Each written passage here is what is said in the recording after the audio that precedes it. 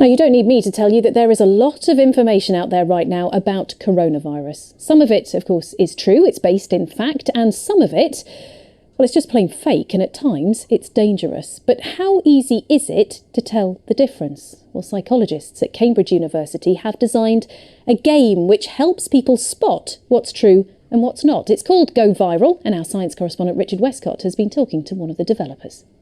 I drove past the pharmaceutical industry's office today. The blinds are shut. What are they hiding? We're being silenced for trying to speak out about the unsafe coronavirus vaccine. Terrifying toilet paper shortage looming. One of the best ways to immunise yourself against fake COVID news is to put yourself into the shoes of someone who's spreading it around. Trying to discredit that by creating a conspiracy theory. And that's exactly what the Go Viral game does. Just as you inject people with a weakened dose of a virus in order to gain antibodies against future infection, the game does the same thing by helping people generate intellectual antibodies against fake news. When you go see a magic show and you're duped by a trick, I can either show you a fact sheet about how it works, or I can let you step into the shoes of the magician for a little bit and see how the trick works for yourself. And that's just a much more powerful way for people to learn and understand the world. Yeah, it's interesting that you chose to do that. You become the person giving out the fake news. You're not a victim of it. That is specifically done in the sense that we allow people to take the perspective of somebody who's trying to deceive you in order to really understand how it works. But of course we use weakened doses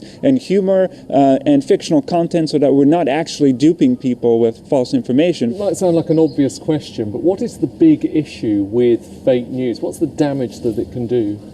Well, fake news can do a lot of damage. For example, we've seen that the 5G conspiracy has led to people setting phone masts ablaze, at least 50 in the UK. Other fake news has reported that people have ingested alcohol and other harmful contents that has actually led to physical harm and damage. In other contexts, we've seen fake news spreading on WhatsApp that's actually led to lynchings and deaths and injuries.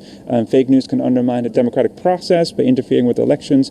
So it can do a lot of damage. And on COVID-19 specifically, we've seen fake experts peddling fake cures and people getting harmed by content online. So it's very important that people protect themselves against it. Ultimately, we're hoping to achieve herd immunity. Just as with regular biological vaccines, if enough people are vaccinated, the virus can't spread. We're trying to achieve the same here. If enough people have at least some level of psychological immunity, the misinformation virus won't have a chance to take hold and spread as fast and as deep as it has up until now.